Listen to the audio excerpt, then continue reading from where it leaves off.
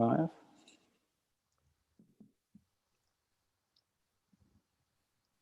No. And I believe we are live. I believe we are live. Okay. Hi, everyone. Thanks for joining us for AdMaCom 2020 Demo Day. So this is a very exciting day for us. It's the end of a 2-week program of the Startup Accelerator for Advanced Materials. Now, we have all the startups ready to go, but before we do that, I'd like to show you what's going to happen for the next hour and a half or so. So I'm Antonia, for those of you who don't know me, and I'll be moderating the next hour and a half, but not to worry, you'll mostly hear from the startups, not so much from me.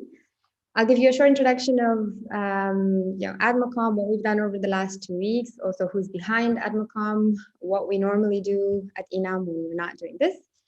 I'll introduce you to our jury, because we have a jury. It is a demo day, so there will be a winner. And then we'll go into the startup pitches. We have a lot of startups presenting today, 11 to be more precise. So we'll go quite fast through them. Everyone will have 3 minutes to present. And then we'll take 1 or 2 questions from the jury for each. And I will stop after the first 5 pitches to take a couple of questions from the audience. So if you're watching this on YouTube, which you probably are, it would be great if you wrote down your questions in the chat as they come to you for any of the startups presenting. We will stop then to take these questions halfway through, and then 1 more time at the very end of all of the pitches. We'll see what other questions come up. For the startups presenting, I encourage you to have a look at the chat, keep an eye on it, especially when you're not pitching, ideally when you're not pitching, and answer the questions that are meant for you.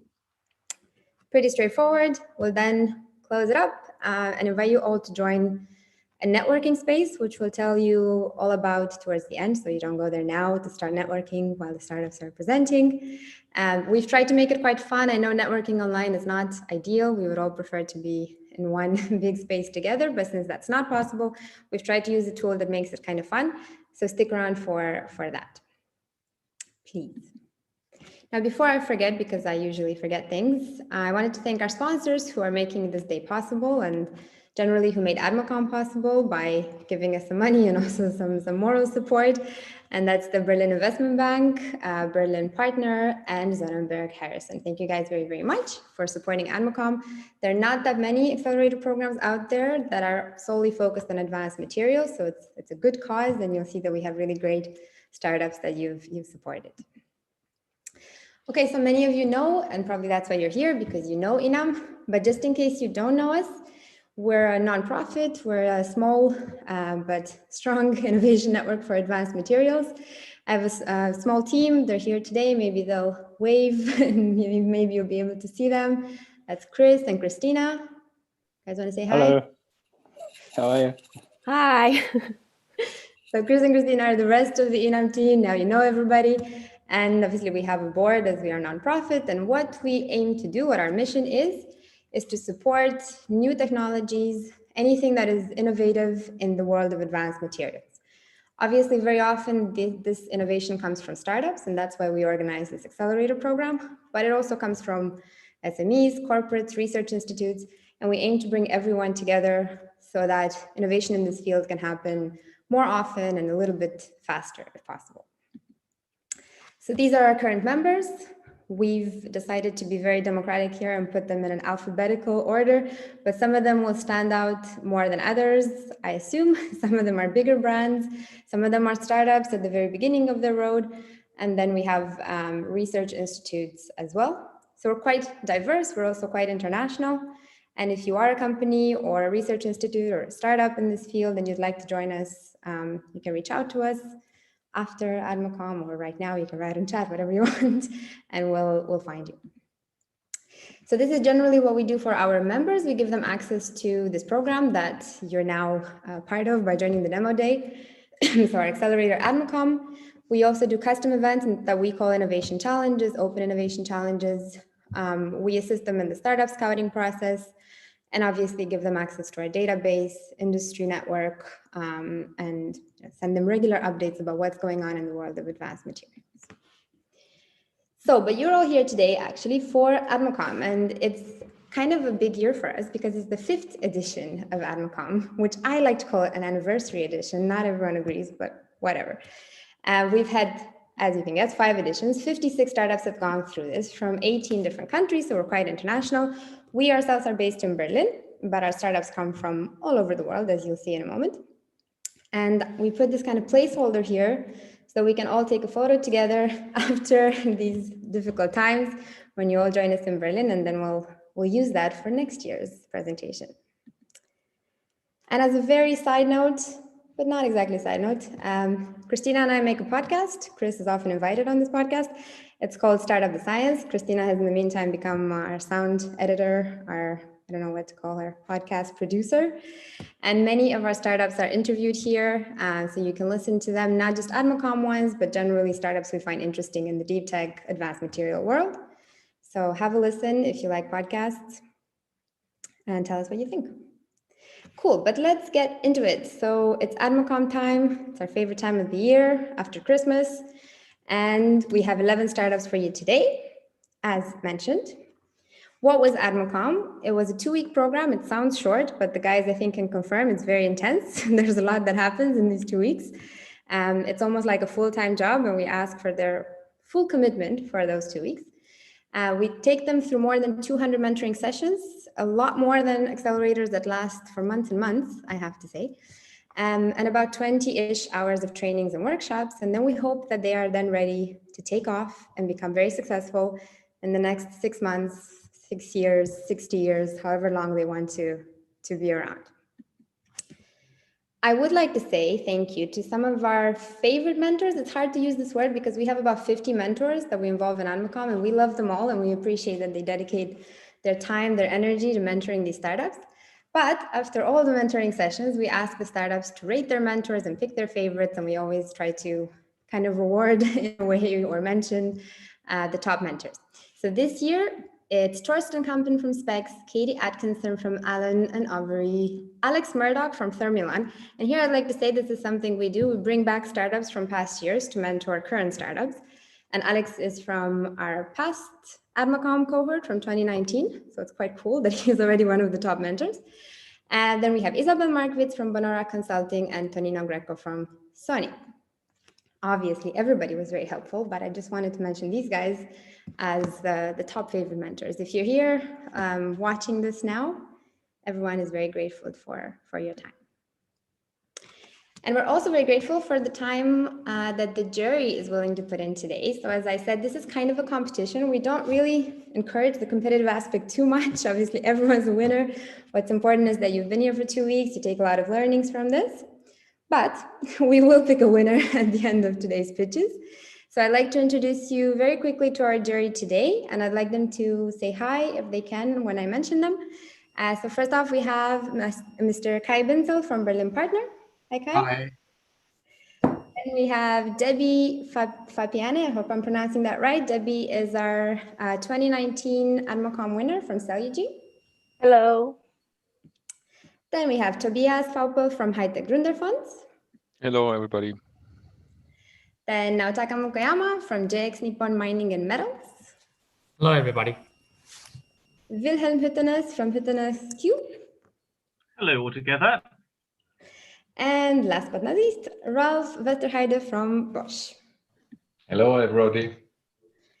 Thank you all very much for taking the time. Please be very kind, but also kind of strict with our startups today. And yeah, let us know at the end who you think should be the winner. You should all have your forms ready to judge in a nice way. All right, is everyone ready? Are the startups ready? It's the most important part, because we're going to go into the startup pitches now. So as I said, we'll have 5 startups. I'm going to be preparing my countdown. So you each have 3 minutes, not more. I will stop you. And then we will take 2 minutes questions. Ready? Ready. Okay, this is my recap. So actually, I'm going to stop sharing the screen, and I'm going to ask the first startup, hopefully you know who you are, to pitch, and that is Polylux.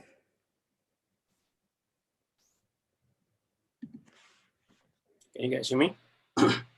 Yes, we can. Are the slides up? Go ahead.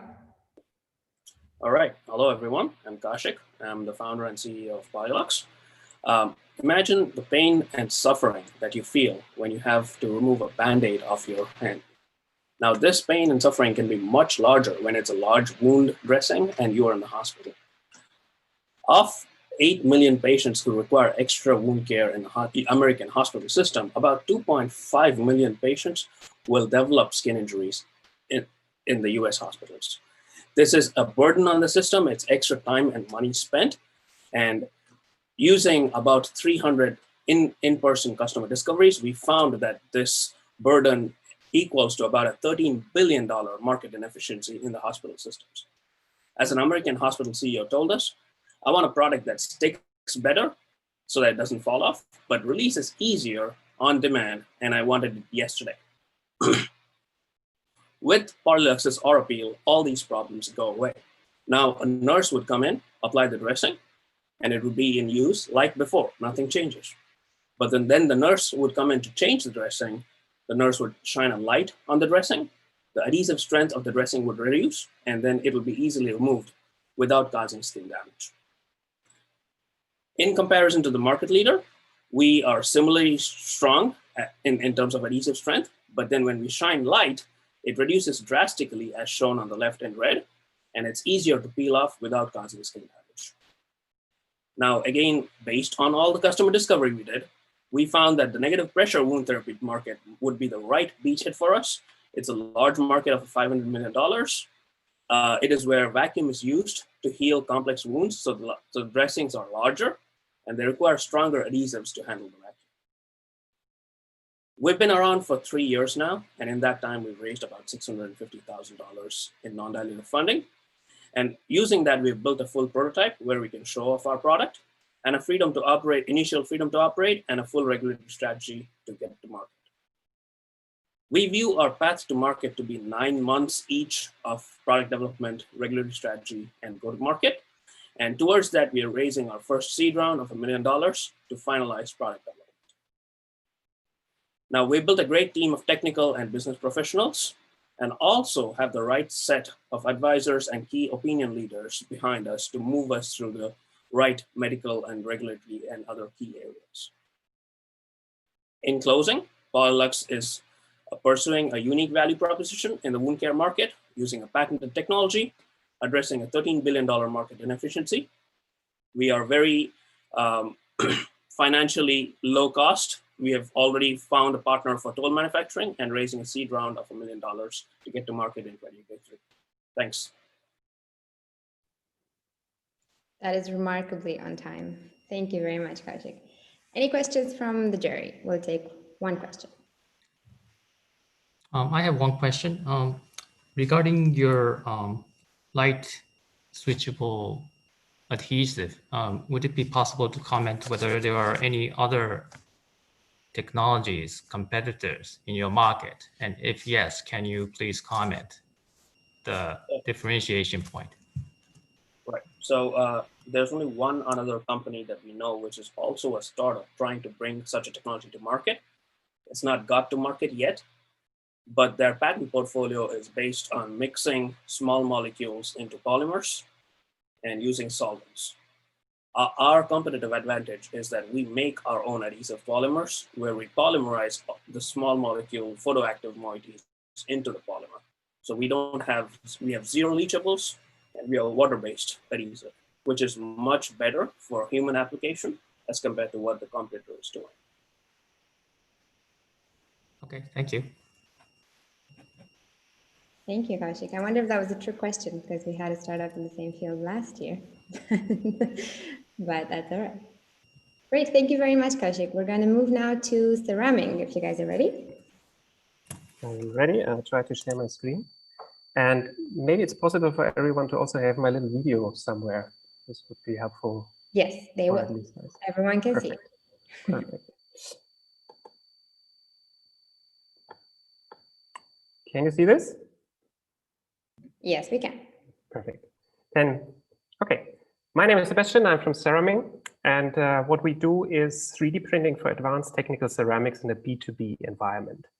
We are 4 guys, a material scientist, a machine builder, a chemical engineer, and me, the economist.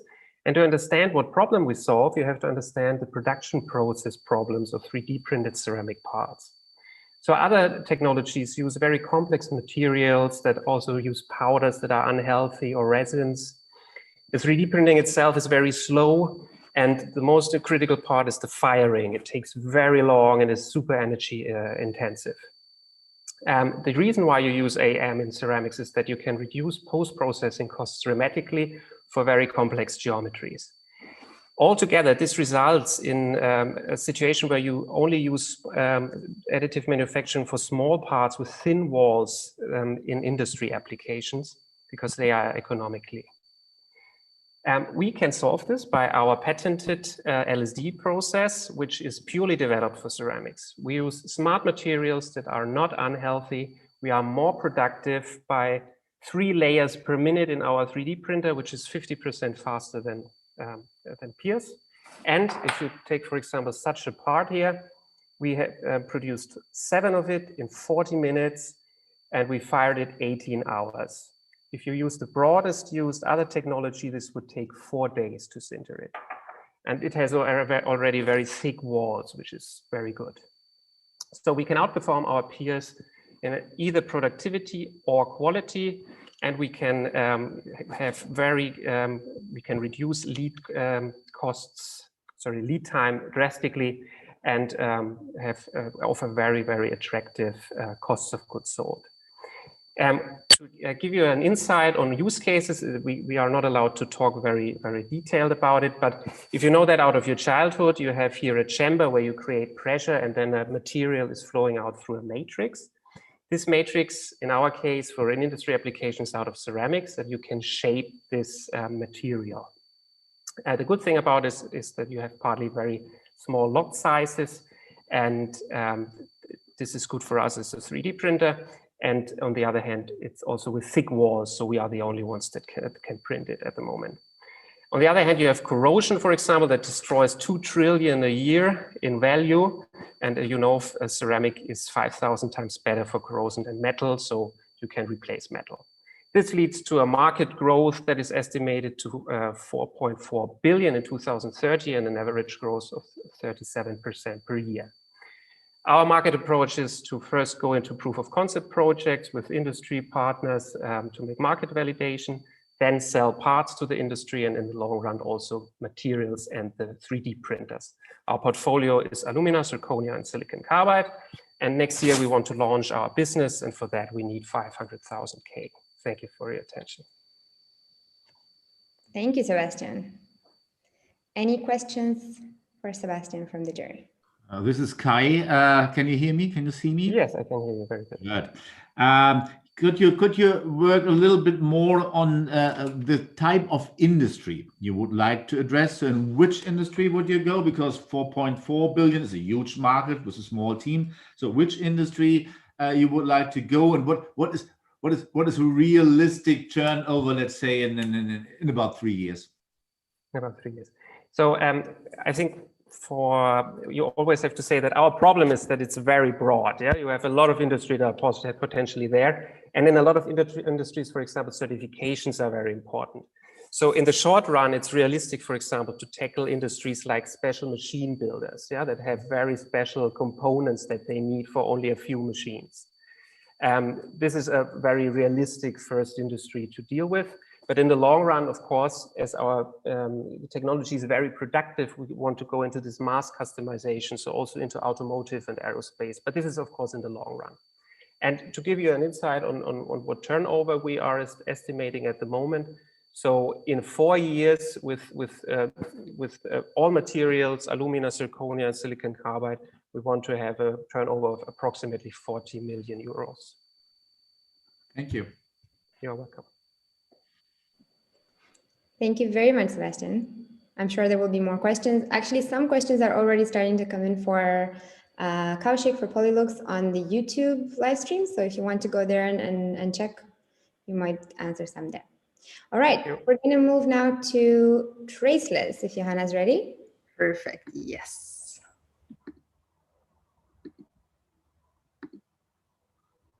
I hope you can see and hear me, and more importantly, the slides. All good? Yep. Perfect, thank you. Hey, my name is Johanna Bare, and together with Anne Lamp, we founded Traceless, a circular bioeconomy startup offering a sustainable alternative to conventional plastics.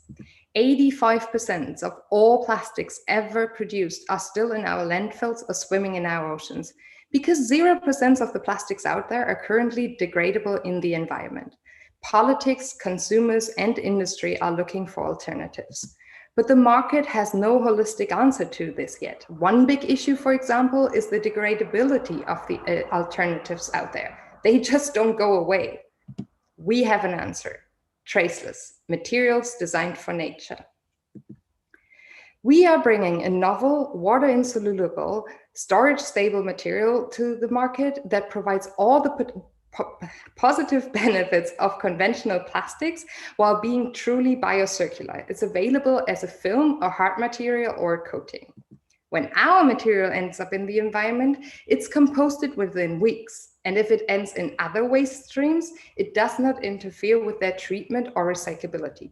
That way, we avoid 100% of plastics in the environment. Additionally, we avoid the food conflict by using the residues from the agricultural industry. And by obtaining from using any harmful additives or solvents, our materials are 100% safe for humans and nature. And the best part, they are competitive on price and quality. Our technology filed for patent allows us to engineer the properties of the residues from the agricultural industry without having to purify or synthetically polymerize the monomers, that way making our production process much more efficient, more environmentally friendly, and that way much cheaper. This way, we will not only be competitive on price on industrial scale to virgin plastics in the EU, but we already obtain qualities in our materials that are comparable to conventional plastics and bioplastics. All this makes our materials particularly suitable for applications that are for disposable products that end up in the environment.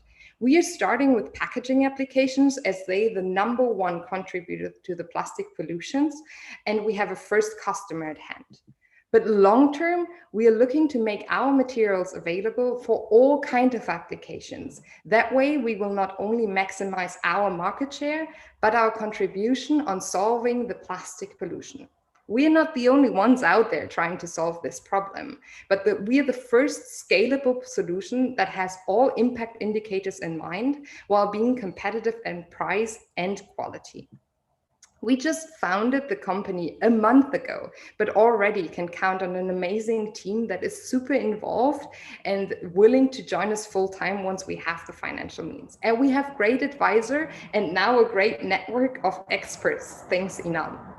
So if you want to know more and want to be part of the solution, not part of the pollution, then please get in touch with me or with Anne Lamp. Thank you, Anna. I love that you took my tip on having a good tagline. You already had it, actually. Any questions from the jury for Johanna? Yes, thank you for very great presentations. I have a question about the feedstock that you are using. Do you have any special strategy how to standardize your feedstock? Because as you say that usually waste has a different standard, has a different quality and so on. I think we have the great advantage that our raw materials, there's already a marketplace for our raw materials out there. They are currently used at low energy feedstock for animals. And especially in Europe, though there are quite some regulations there for that feedstock anyways. So we have a fairly homogeneous feed of raw materials for our production. Do we still have some time more? Antonia? Yes, if you want to ask a quick follow-up question, that's okay. Yeah, it's just like, is it like also applicable for a scale-up process? Yes, so we are currently in the process of scaling up our technology, but we expect, as I said before, and we've already planned it, that at industrial scale, we will be actually price competitive. So we have the scale up in mind for sure. Okay, thank you. Wonderful. All right. we're going to keep on going with Avisamiko. Ravi, if you're ready. Can you see my screen? Yes, and we can hear you. I'm going to start my timer now. Just a minute. Can I start? Yes, please. Good evening, everyone. I am Ravi Adgulwar, co-founder and CEO of AdMaCom. We have developed a technology to produce melanin from a proprietary strain of fungus. Melanin is this pigment in our skin and hair which gives its color. Melanin is evolution's answer to radiation, and it protects us from harmful UV radiation. Melanin is a multifunctional supermaterial with amazing industrial properties. It blocks UVA, UVB, and UVC, and hence can be used as a UV blocker in sunscreen. It blocks ionizing gamma radiation and X-rays, and hence can be used as a shielding against radiation in aerospace industry and medical industry. It is an organic semiconductor and can be used in implantable electronics and biosensors. It has amazing electrical properties. It can be used as a cathode in biodegradable batteries made from sodium-ion and magnesium-ion batteries. It can be used as a drug and a prophylactic against radiation toxicity. So if melanin can do all this, why haven't we heard about melanin? Why don't we have melanin-based batteries and melanin-based sunscreen? The reason is currently melanin is very costly at $400 per gram. That is 8 times costlier than gold. With our technology, we can make melanin at 4,000 times cheaper at 10 cents per gram. So this opens up many of the use cases which earlier were not commercially viable.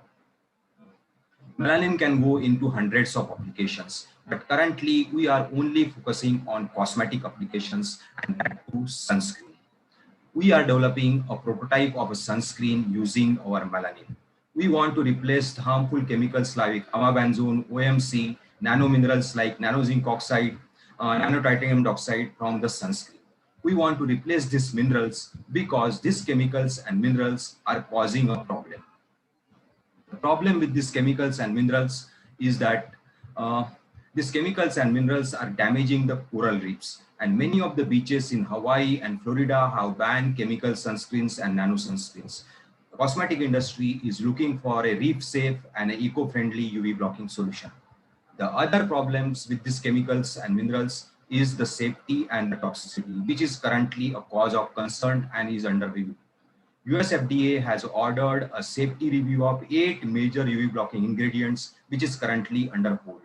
We think our melanin can fit this gap perfectly, as our melanin is non-toxic and eco-friendly. UV filter ingredient itself is a $700 million opportunities, with hair dye and radiation shielding representing even bigger opportunities. We have an ongoing relationship with around 15 to 20 customers in various stages. We have received orders worth around $35,000 and we are in the process of implementing the orders. We are also talking with many of the potential distributors all over Europe and in US. Our team consists of 2 people right now. I am Ravi. I look after the business development and sales part. My co-founder, Dr. Raghu Kumar, who is the innovator, look after the technical part. We are looking for investment, research collaboration, product co-development, customers, distributors, and even a co-founder for launching a B2C plant if that is possible. Thank you. Thank you, Ravi. So guys, if anyone wants to be a co-founder in Europe, leave a comment in the chat.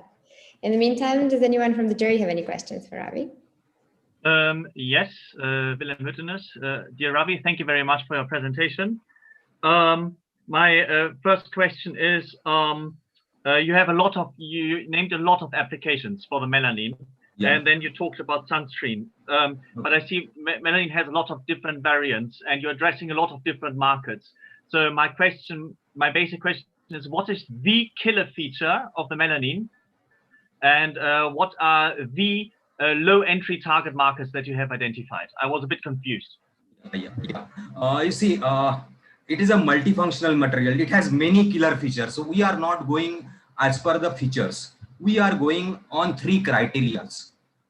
First criteria for how are we prioritizing the applications? First criteria, we have selected cosmetics because we feel cosmetic can give us better value compared to industrial applications. Second reason why we have selected cosmetic is the regulatory challenges in cosmetics are less compared to drug or any other application. And the third reason why we have selected cosmetics is ease of implementation is far easier in cosmetic compared to say battery technology or solar supercapacitors. So these are the 3 reasons why we have selected cosmetics. And why sunscreen? Because sunscreen industry is facing a crisis, and the sunscreen industry, because of that crisis, might be more open to accepting new solutions. Okay, very brief last question. How much investment are you looking for, and what's your timeline? We are looking for 2 million investment, and in the next year, and with this 2 million, we plan to achieve around 10 milestones in the next 24 months. Thank you. Thanks. Thank you. Great, thank you very much. Okay, we're getting close to the end of the first part of the startup pitches, if that makes sense, with Lusoko. You guys are ready? Very efficient transition. We can't hear you though. There we go. There Everything's working? Yes, all good. Thank you. So what you're currently actually looking at is our product, and we create energy harvesting glass.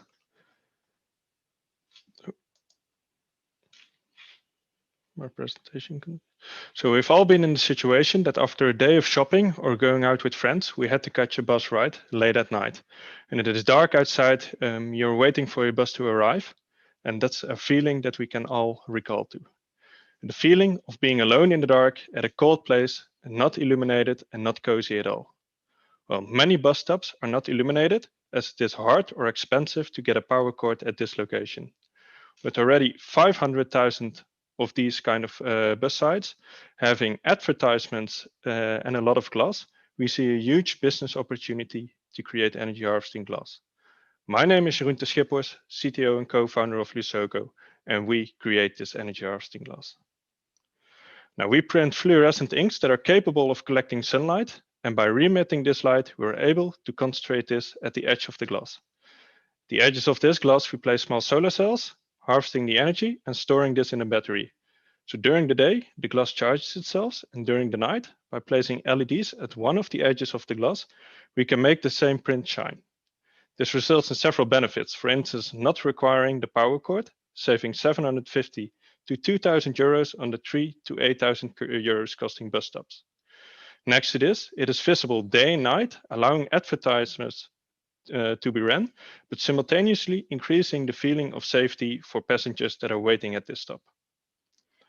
Now, to achieve this, we develop our own inks that are extremely fluorescent.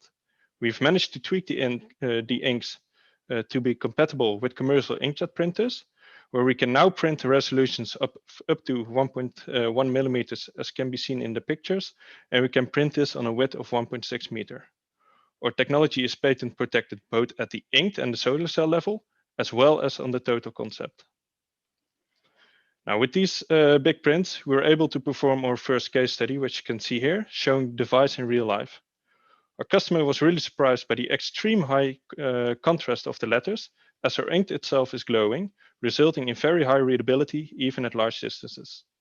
We also identified the strong and weak points to further improve our product. However, signage and bus shelters is not where we stop. Since we work with energy harvesting glass, we can demonstrate the technology in the signage market, but extend it further to the energy harvesting facade applications, a market that is bigger and also allows us to scale up our technology further.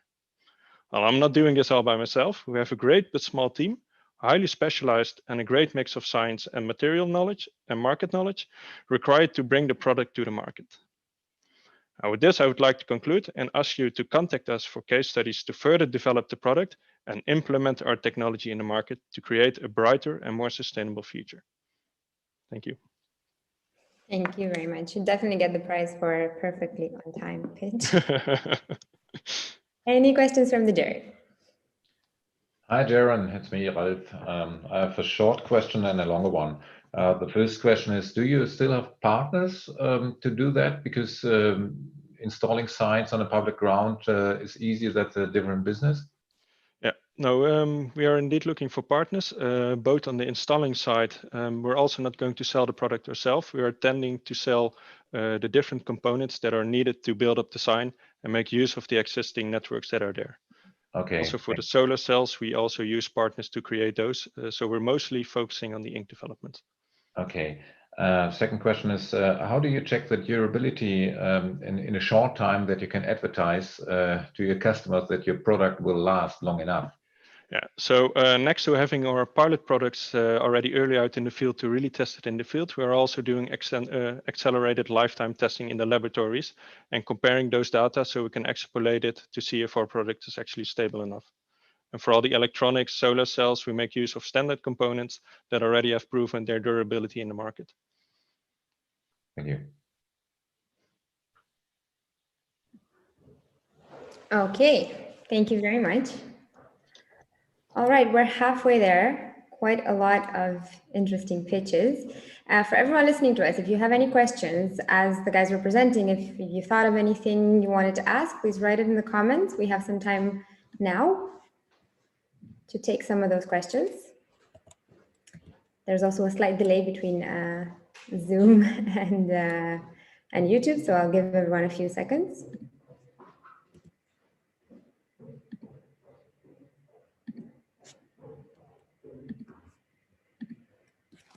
Okay, also just to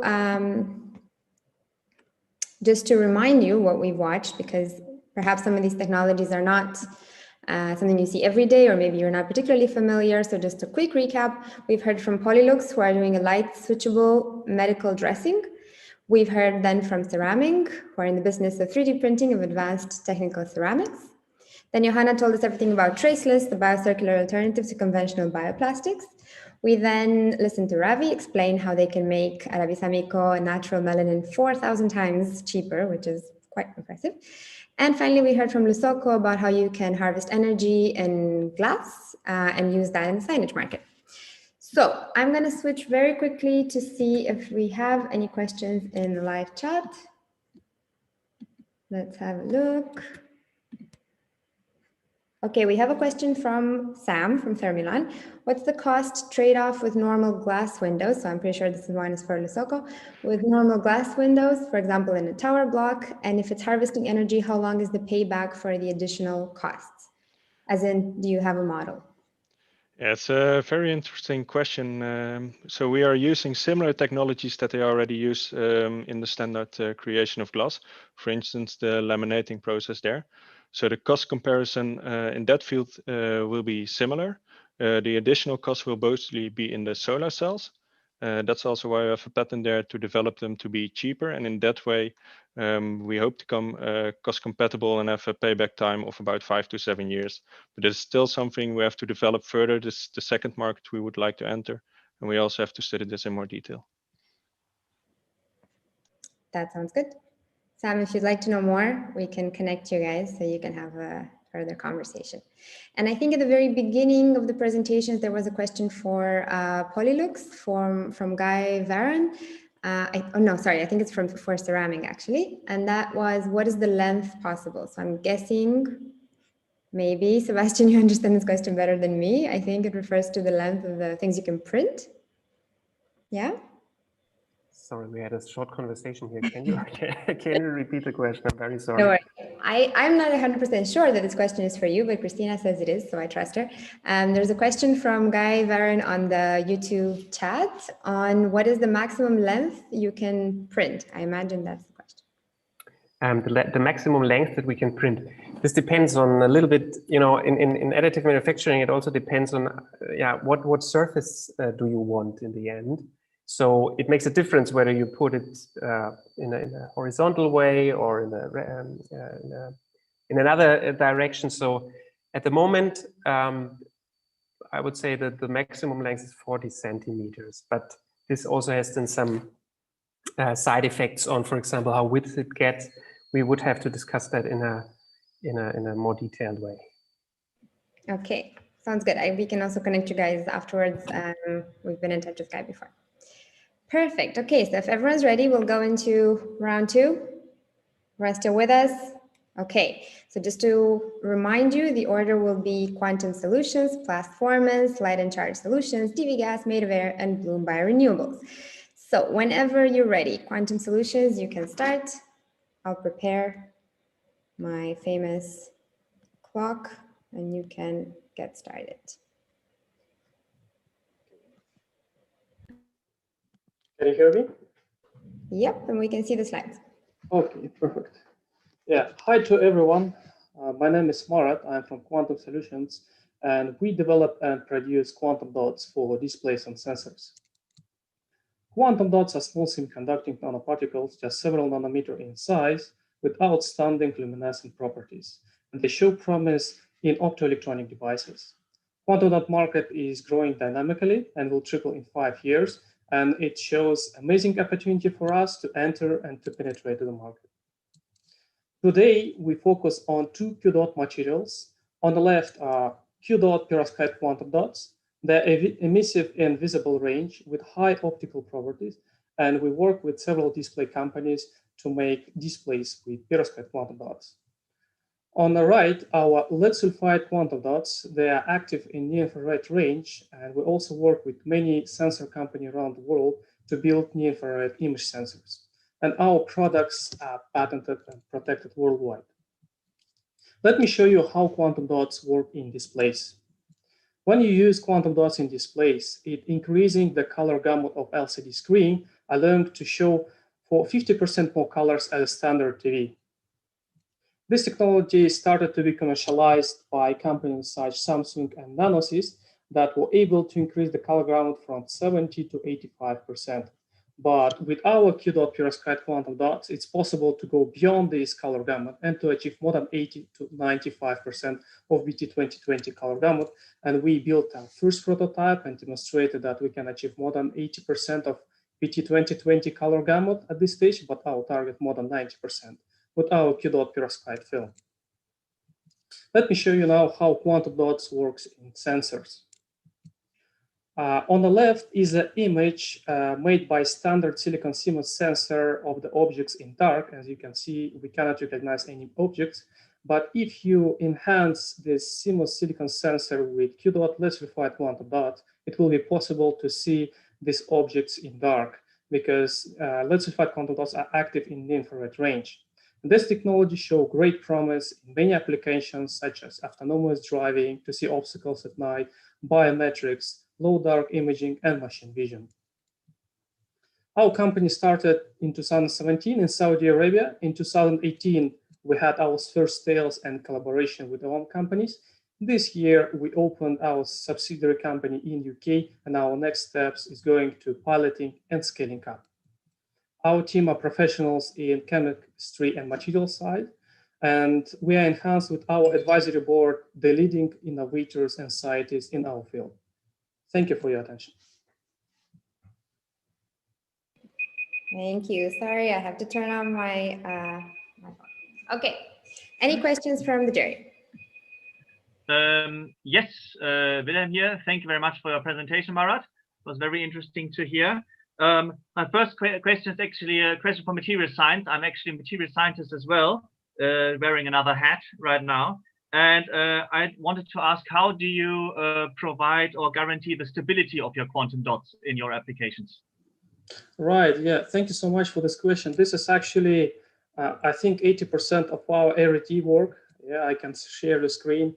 We are providing multiple accelerated tests to ensure that our quantum dots stay inside devices for a long time. For example, we use high flux tests, high temperature tests, high humidity tests.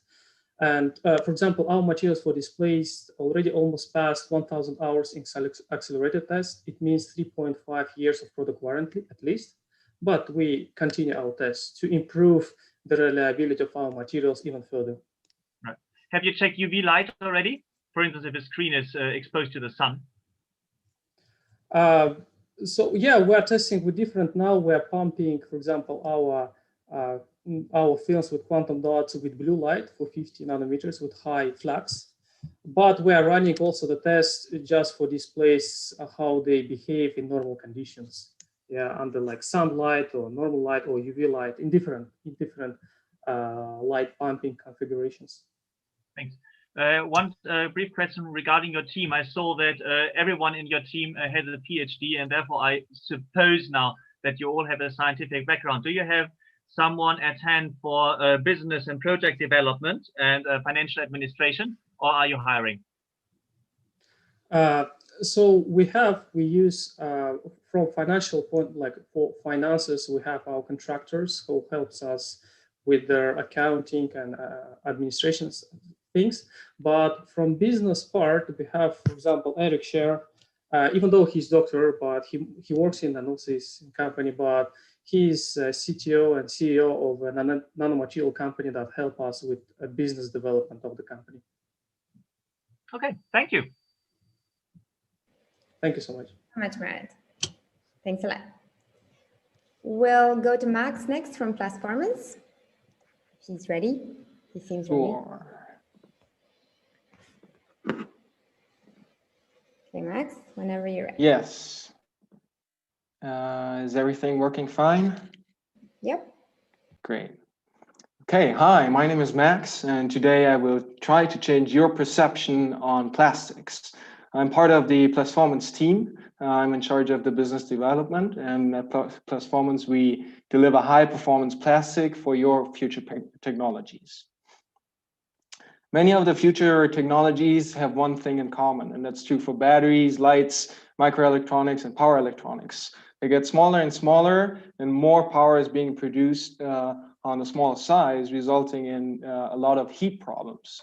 So thermal management, for example, in batteries is already today a $1.2 billion US market, and this is going to quadruple over the next 5 years. However, plastics haven't really played a significant role here. Why is that? Because the three main points that we need to address, that Platformance is addressing, are important and significant and haven't been addressed so far. That is a mixture of thermal conductivity with electric insulation, processability in terms of injection moldable parts, and inexpensive filler particles. So how do we manage to get in the sweet spot here? Well, the reason is our patented technology. We mix polymers with filler particles and a really special set of additives. All of these components get together in the compounding process, and now the additives work their magic. They expand the melt, make the plastic compound really processable, even at higher filler rates. And then once it shrinks down in the form and the mold, we have lots of particle contacts, covalent bonds between the filler particles, which enables us to have that really high thermal conductivity that we need. So the end product that we sell is a plastic granulate with thermal conductivity and electric insulation. How do we compare to competitors? Well, first of all, our Platformance materials reach areas of thermal conductivity that are unseen in the market. It goes up to 20 watts per meter Kelvin by still being processable. Competitors are also in that spot between 5 to 10 watts per meter Kelvin. However, they get really expensive because they're using filler particles like boron nitride. So we offer that processability, the performance, and the cost. The nice thing about our patented technology is it can be transferred to different material class. We can also have electric conductive plastics. We can have plastics for gamma radiation shielding to replace lead, and we can have plastics with magnetic properties and for EMI shielding. Now, this is our team. I want to thank you very much. Let's get in touch today. First virtual coffee is on us. I also want to mention that we are close to our first seed financing round, raising funds, building up technology, and we're hoping to see you soon.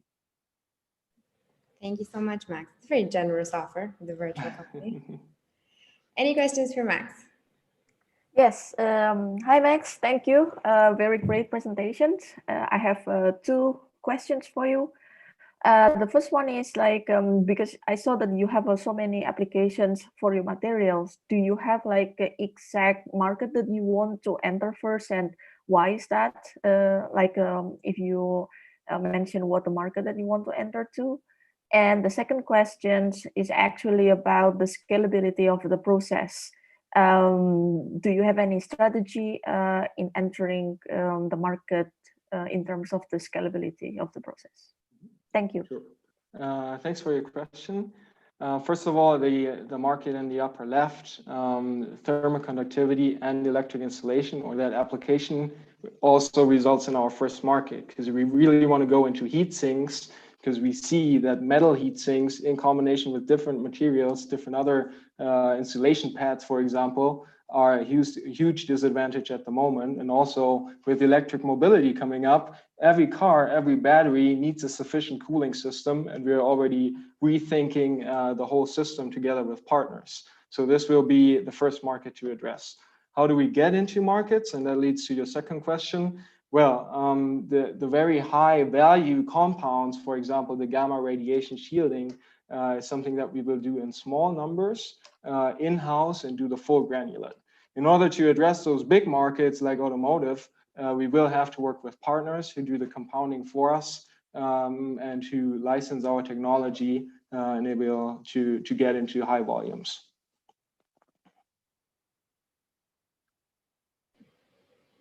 All good, Debbie? That answers everything? Yeah, just a quick question. So meaning that you're actually licensing your technology later on, you're not producing yourself for the scaling up stage? Yes. So we, as soon as it goes in the hundreds of tons, we will have to license because we don't have that in-house capacity. However, yes, we can also sell a pre-product that gets compounded with the partners. Yep. Thank you. Okay, thanks. Thanks, Debbie. Thanks, Max. All right. Next up, we have Light and Charge Solutions, all the way from the US. Here's Margaret. Okay, let's go.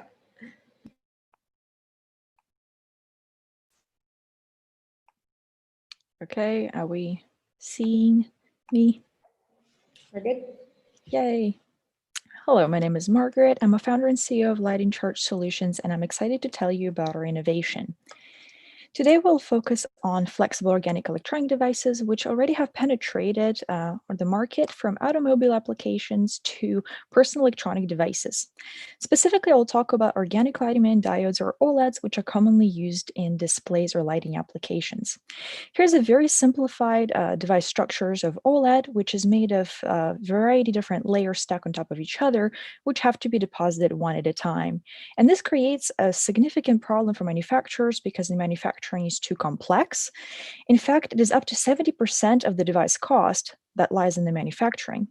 Then we decided to learn firsthand how big is this problem in the industry. We received funding and mentoring support from these following programs to enable us to talk to the leaders in this field, our potential competitors, and our potential customers. We're able to learn that the flexible display market is a very rapidly growing industry, but there are still many issues have yet to be resolved. From the customer testing cycles and contract cycles, we estimate our total available market to be over 1 billion euros a year, our serviceable market to be about 3/4 of that, and a target market to be 14 million euros a year.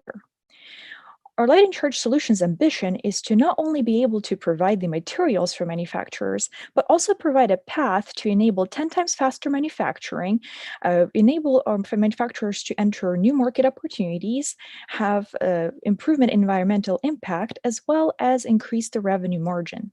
We have already started to make prototypes in-house, and here on the left, you see a video of our very first OLED using our materials, and you can see the light emission here. On the right, we have our materials platform, which is made of all earth-abundant elements. And this is a great platform that can be very rapidly customized to the quickly evolving needs of our manufacturers. As a founder and CEO, I'm very proud of my team that has been very supportive to move our innovation towards success from a technology and business standpoint.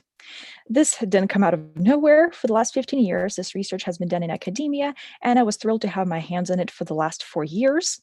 Last year, we had entered our market opportunity discovery and formed a company in November of 2019.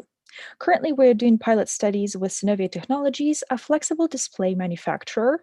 To date, we've raised $500,000 to help us move towards minimal viable product, as well as being able to enter the first sales in 2022.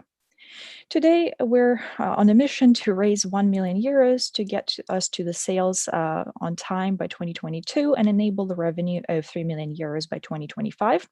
We're also looking to partner up with manufacturers of commercial grade OLEDs to validate our technology.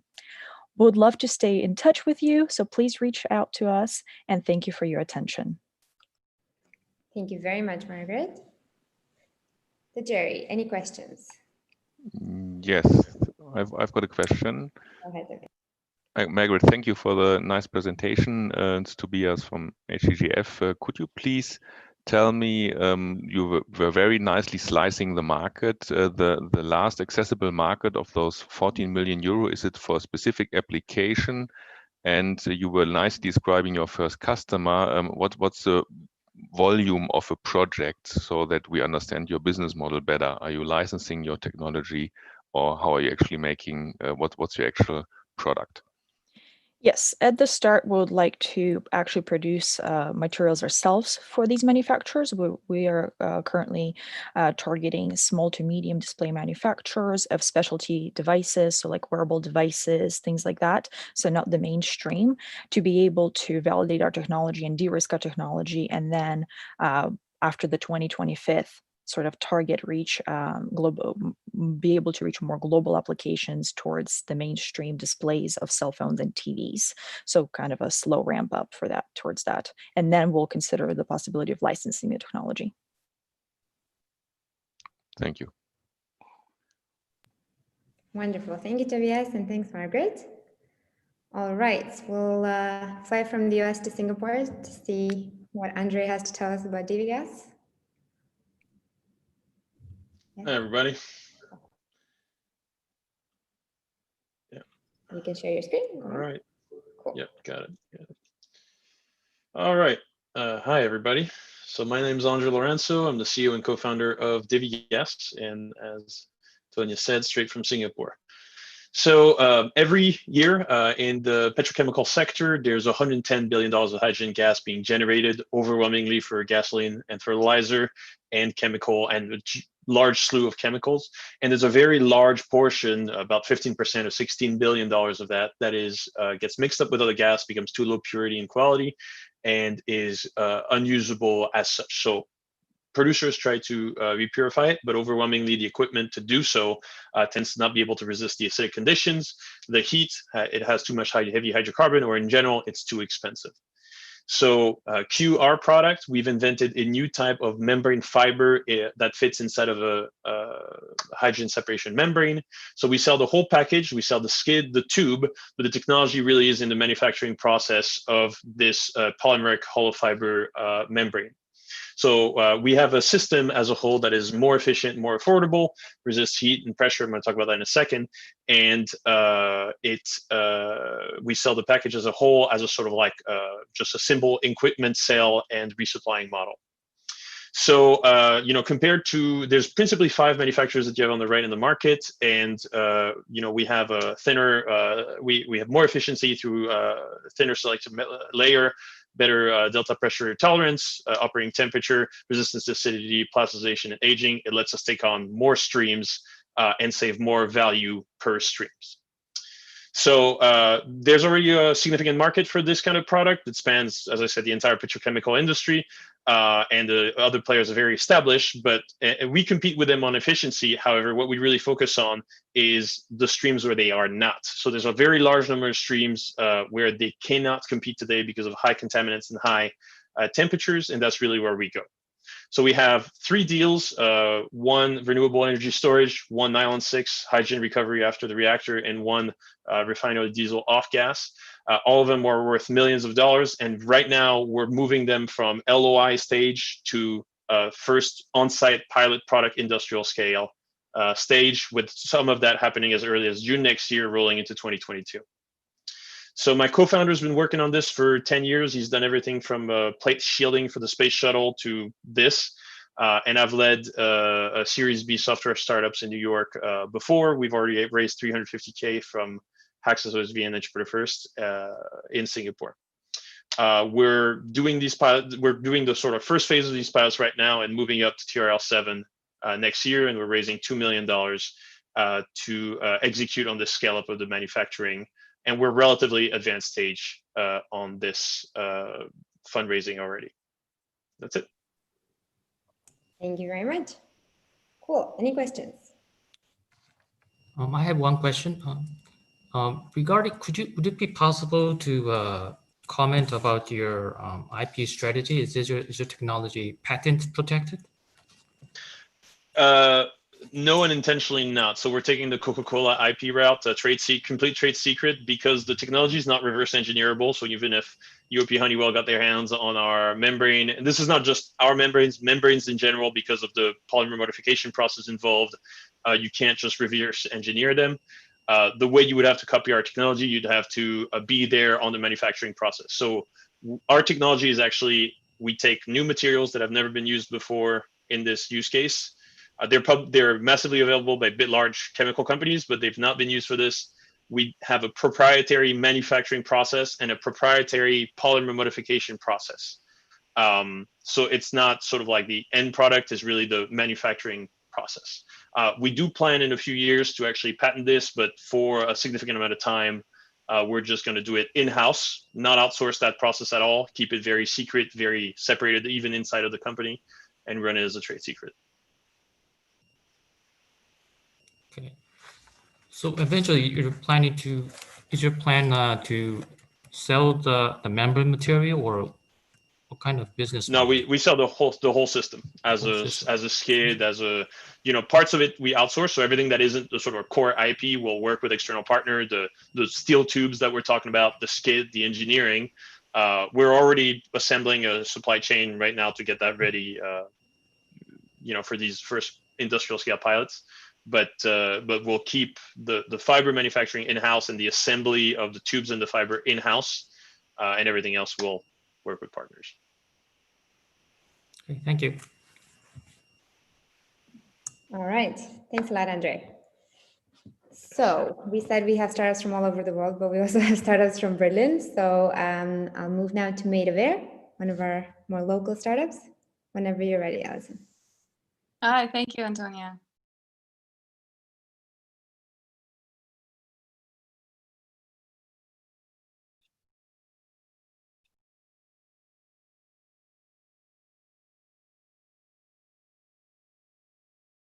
Okay. Good afternoon, I'm Alison. I'm the CEO and co-founder of Medever. Take a look around you. There are manufactured goods all around you. In fact, think about the chair you're sitting in right now. We're surrounded by materials that we mostly don't know very much about. And manufactured goods, our products are coming from materials that are stemming from fossil resources that are producing very high CO2 emissions. In fact, our global emissions, I don't have to tell this group, 27% of our emissions right now are attributed to materials. And we're looking at a population increase and a material demand associated with that, which will double our materials emissions by 2060. Durable plastics, unlike disposable plastics, don't have biodegradable solutions. Manufacturers have to rely on fossil resources to produce these parts. And we know it's clear that manufacturing has to cut the cord to fossil resources to make these parts. But with our growing demand and our population increase, we have to ask where the material is going to come from. So if we look at this differently, what we have is our biggest existential challenge is really that we have an oversupply of carbon in our atmosphere. So what if we could take our biggest challenge and turn it into our biggest resource? At Medever, we're producing a durable, renewable thermoplastic that enables carbon to be stored in products. This is a carbon negative material, and that means it's taking more CO2 out of the air than it emits in making it. It's carbon storing, which means that products that are made with this material become engineered carbon sinks. And it's drop-in industry ready, which means it's a viable alternative to fossil plastics for manufacturers. We have to do better than carbon neutral for our planet. We need carbon negative materials. So how do you make a carbon negative material? Well, we're starting with wood waste. That's our origin material. And the wood itself is doing the work. The plants are intelligent, amazing things, and it's absorbing CO2 in its lifetime via photosynthesis. Then we create biochar from this wood waste. This is true wood waste, by the way. That's has no other use case at this point. And in the step of creating biochar, we lock the CO2 into a stable form of carbon char that will never re-release the CO2 back into the air. Typically what happens with biomass is as it begins to decay, all that CO2 that it's stored goes right back into the atmosphere. So we then take the chars through a series of refining steps, and what we get is an industry-ready thermoplastic granule. The impact here is direct. For every ton of material we're making, we're taking 2 tons of CO2 out of the air. This isn't an offset in that sense. It's actual, if you think about it, the material is the climate change reversal. We have 3 products aimed at 3 different industries. We're looking at furniture, automotive, and the built environment. If you go back to that chair that you're sitting in right now, that could be IKEA's first carbon negative chair with this material. The dashboard in your car, the seats in your football stadium, or even your sunglasses. We're selling in 2 ways. The bulk of our sales will come from granules by the ton to OEMs of consumer brands. We also sell finished form products, mostly in partnerships for those. We currently have 3 active pilots in facades, fashion, and furniture. We're engaged with 7 different consumer brands, including Audi. And our next target is to bring our supply chain in-house at an annual capacity of 2,000 tons a year. We have a team of 10. We sit in Berlin, and we have a combined skill set of chemical and material science through policy making and market strategy. I firmly believe that carbon storage is the future of materials. We're doing our seed round right now. We're looking for 4 million euros, and we're interested in investors that aren't afraid of hardware, as I'm sure most of you here wouldn't be here if you were, and investors that are ready to take on systemic change. Thank you. Thank you very much, Alison. Anyone has any questions from the jury? Yes, I have a question. I'm Ralph from Bosch. Listen, a nice presentation. Thanks a lot. As far as I know, you don't want to sell products like you have that with the pilots. In the future, you want to sell granules, tons of granules, right? Correct, yeah. So, and now you are located in Berlin, so it's a high-cost labor country. Is it the best location to do that? The production facility would not be located in Berlin. We're looking right now at the most viable locations, and we're tying it to the raw material. So we're creating capacity on the raw material side. Okay. But yeah, you have a good point. It's yeah, the company should be there where the source is. Second point is, how do you ensure a constant quality and make sure your customer will trust that because it's made from waste? Yes, that's a very good question. We are controlling it right now through the origin material. So we sit in Germany. We draw from Brandenburg forests at the moment, from northern German forests. And the supply material is somewhat homogeneous. So we're not mixing biomass to be able to make the raw material, the base material for our product. We are using the same wood in that sense that we can control those parameters. That's also a challenge for us that we continue to do that. You have to know that with biological materials, the quality control can be a little more variant than it is with fossil resources. But we're working towards creating as homogeneously as possible.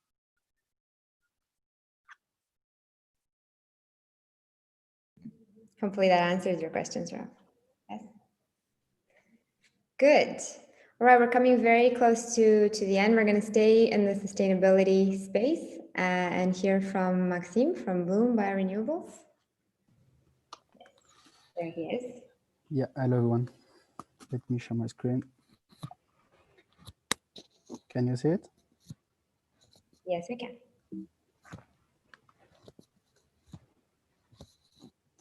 So, hello everyone. My name is Maxime Edu. I am the head of materials for Bloom Biorenewable.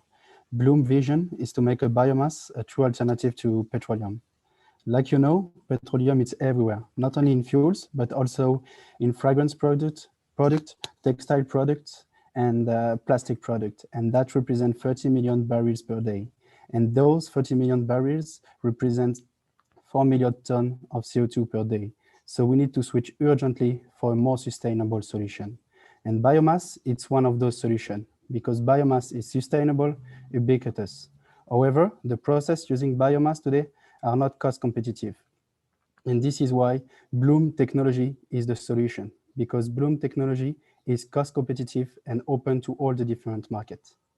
The main challenge today is to isolate the biomass composition, which are cellulose, hemicellulose, and lignin. The current process uses an acid to isolate those fractions. However, during this process, the lignin part representing by the diamond in this slide condense and can't be used anymore. And this is why we burn this part, the process burn this part to make some energy.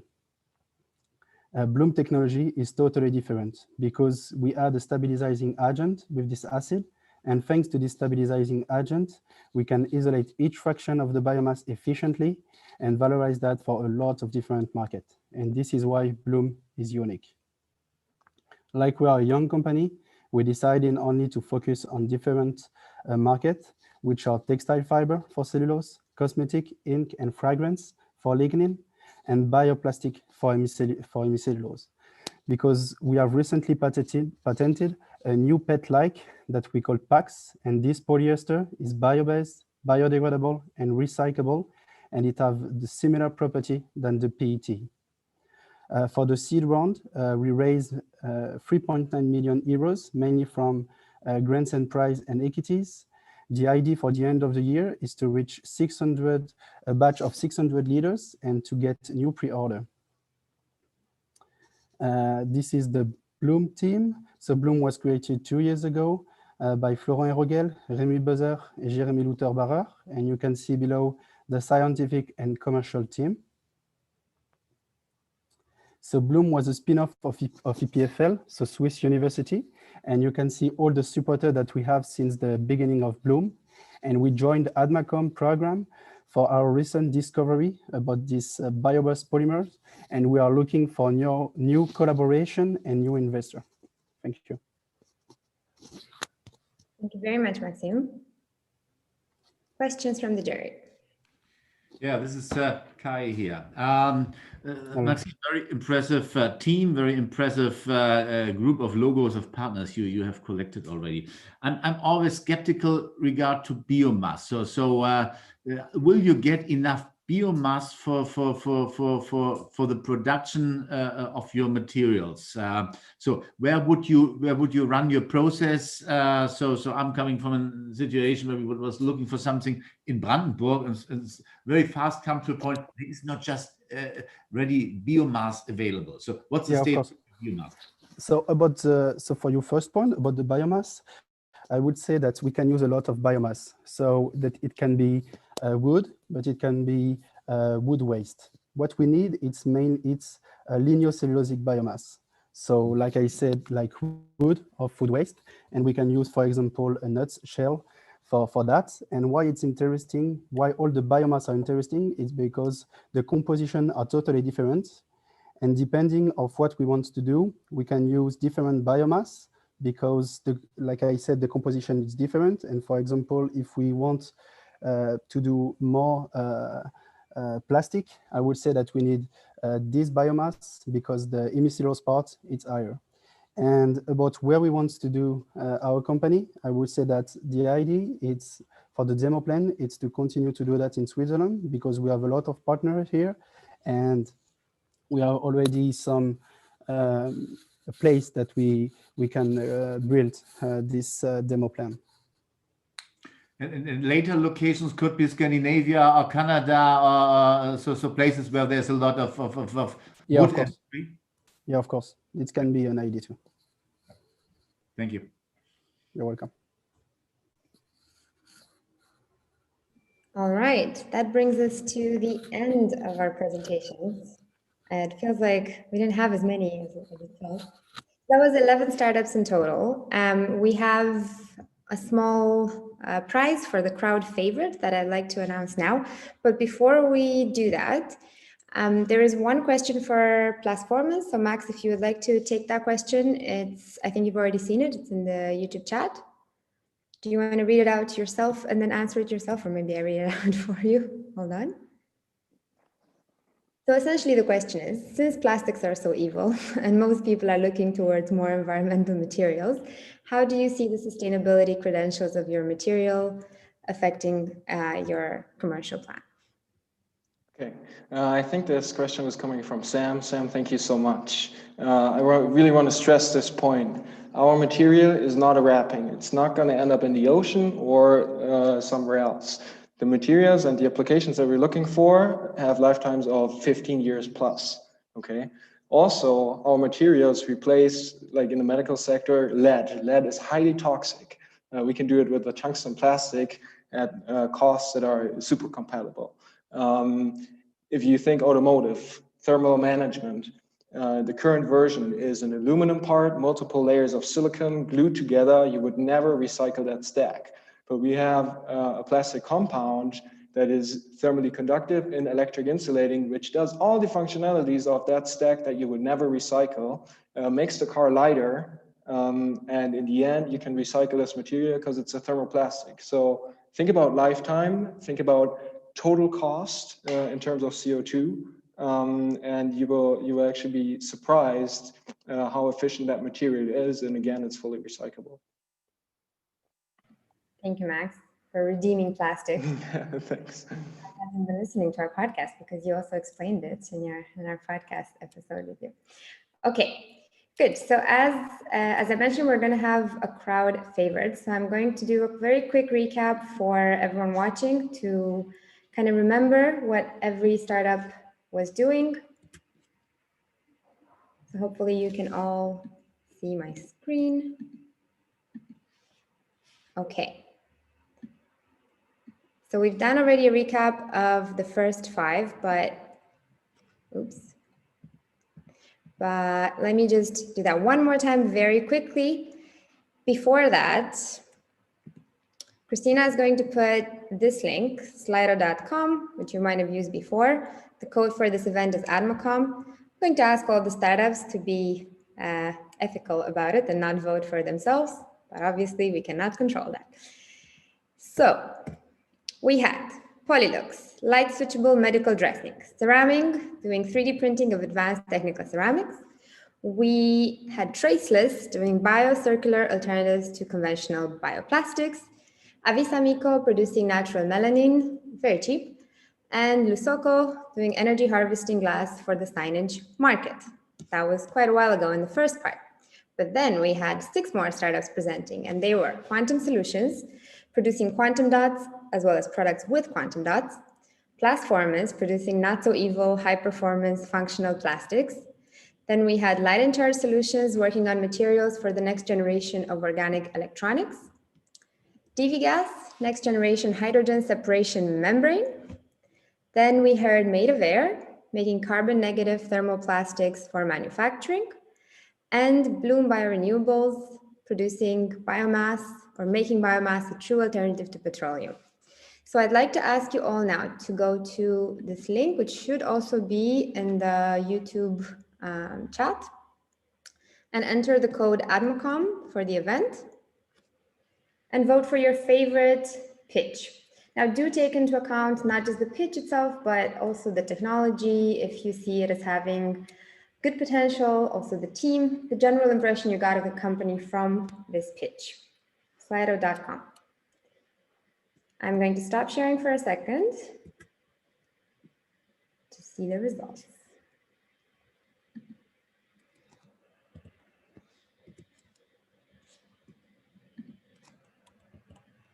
Okay, we're going to have to wait a little bit longer because there's a small delay between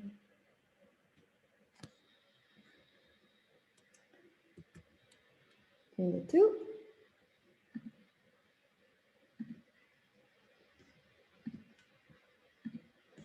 Okay.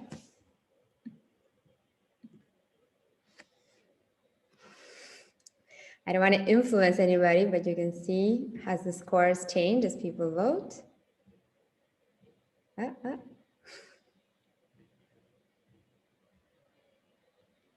I'm leaving this open for a while, okay? So take your time, vote your favorite. Again, startups, consider whether it's worth voting for yourself or not. All right, as you vote, I'm going to carry on so that we stick to our time. But if you haven't voted yet, please go to this link. Oops. All right. So this brings us towards the end of the demo day. As I said, don't leave because we're going to try to get some networking going in a separate platform where we'll try to see what we can do to replicate the not online, the offline networking experience as much as we can. If you liked what you saw today and if you want to be part of the next AdMaCom, which we're going to run in spring next year, and if you generally would like to join INAM as a company working in the field of advanced materials, whether you're a startup, a large company, somewhere in between, maybe you're from a university that is very interested in this field, do get in touch with us. That's our website, inam.berlin. If you're a startup, we'd love to support you. If you're a large company, we'd love to connect you with these startups. So please reach out to us if this seemed interesting to you. I think our members can confirm there's a lot you can get out of being part of INAM. One of the main things being meeting startups like the ones you saw today that tend to be very talented, very science-based, and definitely great to work with. Now, we're going to try to do some networking. But before we do that, I'm going to go back and see what the results of the vote are. Sorry, this is really hard to do. Too many screens. Bear with me.